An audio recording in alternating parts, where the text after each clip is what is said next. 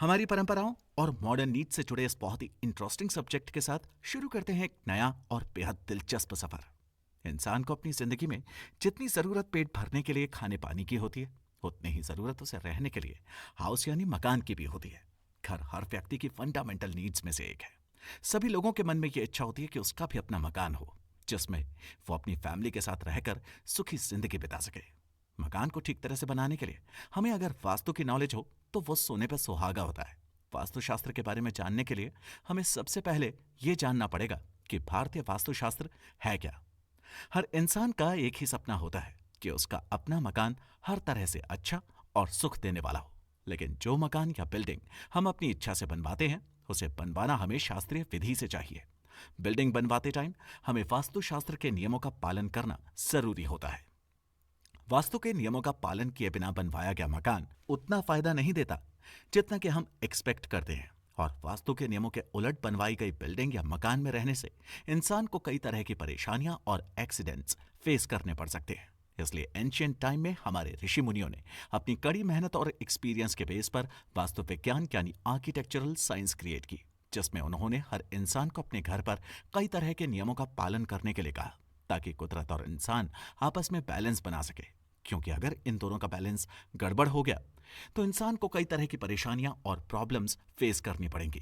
Short में कहूं तो आदमी और कुदरत के बीच में सही बैलेंस बनाने का जो आर्ट है, वही वास्तुशास्त्र है। वास्तुशास्त्र बेसिकली है क्या, ये जानने के लिए सबसे पहले ये जानना जरूरी है कि वास्तु का मतलब क्या है और बिल्डिंग बनवाने में ये कैसे काम आता है। वास्तु शब्द बना है वस्तु से, जिसका मतलब होता है जो है या जिसकी एग्जिस्टेंस है, वही वस्तु है। और वास्तु से रिलेटेड शास्त्र को ही वास्तुशास्त्र कहते हैं। वास्तुशास्त्र में सारे देशों और शहरों के कंस्ट्रक्शन प्लान से लेकर छोटी से छोटी बिल्डिंग और उसमें रखी जाने वाली चीजों की प्लानिंग शामिल है। मगर इसका मतलब मोस्टली बिल्डिंग बनाने से रिलेटेड ज्यादा माना जाने लगा है। एक और थॉट के अकॉर्डिंग वास्तु वस्त शब्द से बना है, जिसका मतलब होता है वास करना यानी रहना। वास्तु केवल कंस्ट्रक्शन के बारे में नहीं है, बल्कि इसकी फील्ड बहुत वाइड और वास्ट है। वास्तुशास्त्र कोई मॉडर्न परसेप्शन नहीं है, बल्कि ये सदियों से चली आ रही प्रैक्टिस है। आजकल के टाइम में वास्तु का चलन केवल आदमी के घरों तक सिमट के रह गया है। मगर वास्तुशास्त्र, जो कि आर्किटेक्चर भी कहलाता है, का पर्पस केवल मंदिर, मूर्तियां, नहरें, सड़कें और रेजिडेंशियल कॉलोनीज बनवाने तक लिमिटेड नहीं है, बल्कि उससे कहीं आगे है। इसलिए हम ये नहीं कह सकते कि वास्तुशास्त्र के प्रिंसिपल्स के अलावा और कोई विद्या ये डिसाइड नहीं कर सकती कि कोई बिल्डिंग सही बनी है या नहीं।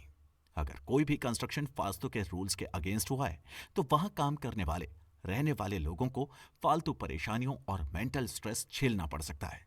जबकि अगर कंस्ट्रक्शन वास्तु के रूल्स के अकॉर्डिंग हुआ हो तो सारी डिवाइन और पॉजिटिव पावर्स उस जगह पर काम करने वाले और रहने वाले लोगों को पॉजिटिव रिजल्ट्स देने के लिए काम करती है। और एंशियंट टाइम में तो इस वास्तुकला को सिर्फ एक आर्ट नहीं, बल्कि एक बहुत पवित्र और बहुत ही ऑस्पिशियस धार्मिक संस्कार और लाइफ फैक्टर माना जाता था।